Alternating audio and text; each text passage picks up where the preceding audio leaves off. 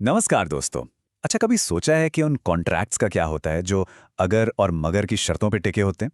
मतलब ऐसे वादे जो पूरे होंगे ये नहीं, ये भविष्य की किसी अनहोनी पर निर्भर करता है। आज हम इंडियन कॉन्ट्रैक्ट एक्ट 1872 के एक ऐसे ही बहुत दिलचस्प कॉन्सेप्ट को समझने वाले हैं जिसे कहते हैं समाश्रित संविदा या कंटेंजेंट कॉन्ट्रैक्ट्स। ये वो समझौते हैं जिनका पूरा वजूद ही एक अनिश्चित घटना पर टिका होता है। तो आज हम इन्हीं सवालों की तह तक जाएंगे।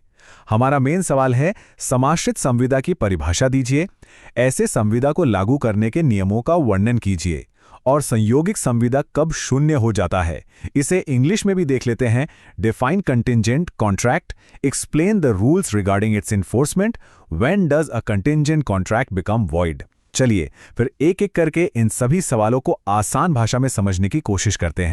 देखिए, किसी भी कानूनी कॉन्सेप्ट को समझने का सबसे पहला और सबसे जरूरी कदम होता है उसकी परिभाषा को समझना, क्योंकि कानून की दुनिया में हर एक शब्द का एक बहुत गहरा और खास मतलब होता है। तो आइए सबसे पहले ये देखते हैं कि हमारा भारतीय संविदा अधिनियम समाश्रित संविदा को असल में परिभाषित कैसे करता है। तो धारा 31 के हिसाब से इसका सीधा सा मतलब यह है कि कॉन्ट्रैक्ट का होना या ना होना, उसका पूरा वजूद भविष्य की किसी घटना पर निर्भर करता है, और वो घटना होगी या नहीं होगी ये किसी को नहीं पता। इस उदाहरण को देखिए, ये बात बिल्कुल साफ कर देगा। ए बी को 10,000 रुपए देने का कॉन्ट्रैक्ट करता है, लेकिन शर्त यह है कि अगर बी का घर जल जाए। अब यहां पर घर का जलना कोई तय बात नहीं है, ये एक बाहरी अनिश्चित शर्त है। अगर घर जलता है तो ए को पैसे देने होंगे, अगर नहीं जलता तो कॉन्ट्रैक्ट की कोई वैल्यू नहीं। मतलब पेमेंट की जिम्मेदारी तभी आएगी जब वो घटना सच में होगी। तो किसी भी कॉन्ट्रैक्ट को समाश्रित संविदा कहने के लिए ये 3 बुनियादी बातें होनी ही चाहिए। पहली, एक वैध समझौता होना चाहिए, मतलब किसी काम को करने या न करने का एक पक्का वादा। दूसरा, उस वादे का पूरा होना भविष्य की किसी घटना के होने या ना होने पर निर्भर करे। और तीसरा, जो कि सबसे जरूरी है, वो घटना संपार्श्विक या कोलैटरल होनी चाहिए। कोलैटरल का मतलब है कि वो घटना कॉन्ट्रैक्ट से जुड़ी तो है, पर उस कॉन्ट्रैक्ट का मेन हिस्सा नहीं है। इसे ऐसे समझिए कि ये एक साइड इवेंट है जो मेन डील को एक्टिवेट या डीएक्टिवेट करता है। थ्योरी और परिभाषाएं तो ठीक हैं, लेकिन असली मजा तो तब आता है जब हम ये देखते हैं कि ये सारे नियम असल अदालती मामलों में कैसे काम करते हैं। क्योंकि कानून जब किताबों से निकलकर असली दुनिया में आता है, तभी उसकी बारीकियां सामने आती हैं।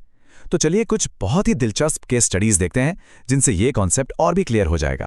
1879 के इस केस को देखिए, बड़ा ही मजेदार है।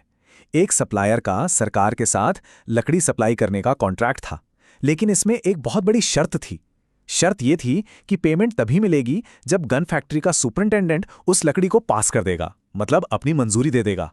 अब हुआ ये कि सुपरिंटेंडेंट ने अपनी जांच में लकड़ी को रिजेक्ट कर दिया। मामला जब कोर्ट पहुंचा तो कोर्ट ने बिल्कुल साफ कहा, भाई ये एक समाश्रित संविदा है। यहां सब कुछ सुपरिंटेंडेंट की हां या ना पे टिका था, और जब वो हां नहीं हुई तो कॉन्ट्रैक्ट कभी पूरी तरह से लागू ही नहीं हो पाया। सप्लायर के पास कोई कानूनी अधिकार नहीं बचा था, क्योंकि उसने खुद इस अनिश्चित शर्त पर अपनी सहमति दी थी। और ये दूसरा केस हमें दिखाता है कि अनिश्चित घटना सिर्फ कोई प्राकृतिक हादसा या एक्सीडेंट नहीं होता, बल्कि किसी व्यक्ति का फैसला भी हो सकता है। यहाँ एक बस कंडक्टर की सिक्योरिटी डिपॉजिट इस बात पर निर्भर थी कि क्या कंपनी का मैनेजर उसे अपनी ड्यूटी में लापरवाही का दोषी मानता है या नहीं। कोर्ट ने कहा, यह बिल्कुल एक समाश्रित संविदा का मामला है जिसका ट्रिगर मैनेजर का फैसला था। मैनेजर का फैसला ही वो अनिश्चित घटना थी जिसके होने पर सिक्योरिटी जब्त होनी थी। तो देखा आपने, कानून कितना बारीक और दिलचस्प हो सकता है। अगर आपको इस तरह के केस स्टडी से कानून को समझना आसान लग रहा है तो इस वीडियो को एक लाइक जरूर दीजिए। तो ठीक है, हमने परिभाषा और उदाहरण तो देख लिए, पर अब सवाल ये उठता है कि इन संविदाओं को लागू कब करवाया जा सकता है। मतलब वो कौन सा पल होता है जब आप कोर्ट जाकर कह सकते हैं कि देखिए, कॉन्ट्रैक्ट की शर्त पूरी हो गई है और अब मुझे मेरा हक मिलना चाहिए। कानून इसके लिए कुछ बहुत ही साफ और सीधे नियम बताता है। चलिए अब उन्हें समझते हैं। कानून यहां पर 2 अलग-अलग सिचुएशन को देखता है। पहली सिचुएशन है धारा 32 में। अगर आपका कॉन्ट्रैक्ट किसी घटना के होने पर निर्भर है तो आपको उस घटना के होने का इंतजार करना ही होगा। जब तक वो घटना नहीं होती, कॉन्ट्रैक्ट एक तरह से सोया हुआ रहता है, आप उसे लागू नहीं करा सकते।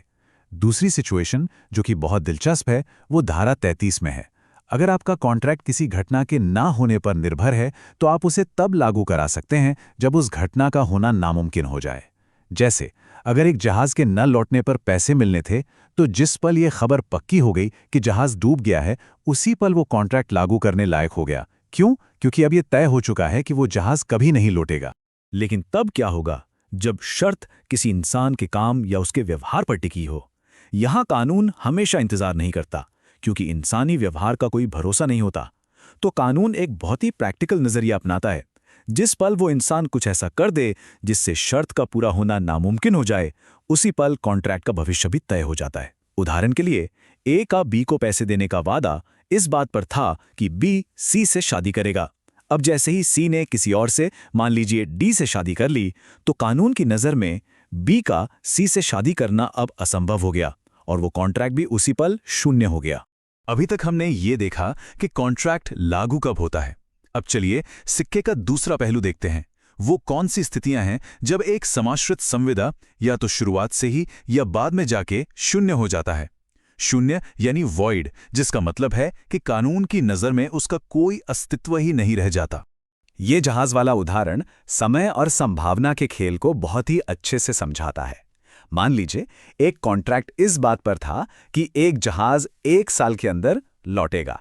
अब अगर वो जहाज बीच रास्ते में ही जल गया तो उसका लौटना नामुमकिन हो गया, तो कॉन्ट्रैक्ट भी उसी पल शून्य हो गया, क्योंकि जिस शर्त पर वो टिका था वो अब कभी भी पूरी नहीं हो सकती। वहीं दूसरी तरफ अगर कॉन्ट्रैक्ट जहाज के ना लौटने पर होता तो जहाज का जलना उस कॉन्ट्रैक्ट को तुरंत लागू करने का एक मजबूत आधार बन जाता, क्योंकि अब यह पक्का हो गया था कि वो कभी नहीं लौटेगा। यहाँ एक बहुत ही सीधा और सरल नियम काम करता है। जैसे ही वो शर्त जिस पर पूरा कॉन्ट्रैक्ट टिका है असंभव हो जाती है, कॉन्ट्रैक्ट भी शून्य हो जाता है, उसकी सारी कानूनी वैधता खत्म हो जाती है। जैसे अगर ए का बी को पैसे देने का वादा बी की सी से शादी पर निर्भर था और सी की मृत्यु हो जाती है, तो ये शादी अब कभी नहीं हो सकती। तो इसके साथ ही वो कॉन्ट्रैक्ट भी कानूनी तौर पर हमेशा के लिए खत्म हो गया। और आखिर में कानून उस स्थिति को भी संभालता है जहां कॉन्ट्रैक्ट एक ऐसी शर्त पर बना हो जो शुरू से ही नामुमकिन थी। ये एक बहुत ही अनोखी लेकिन महत्वपूर्ण सिचुएशन है जिसके लिए कानून में एक खास प्रावधान है। तो चलिए देखते हैं इसके बारे में कानून क्या कहता है।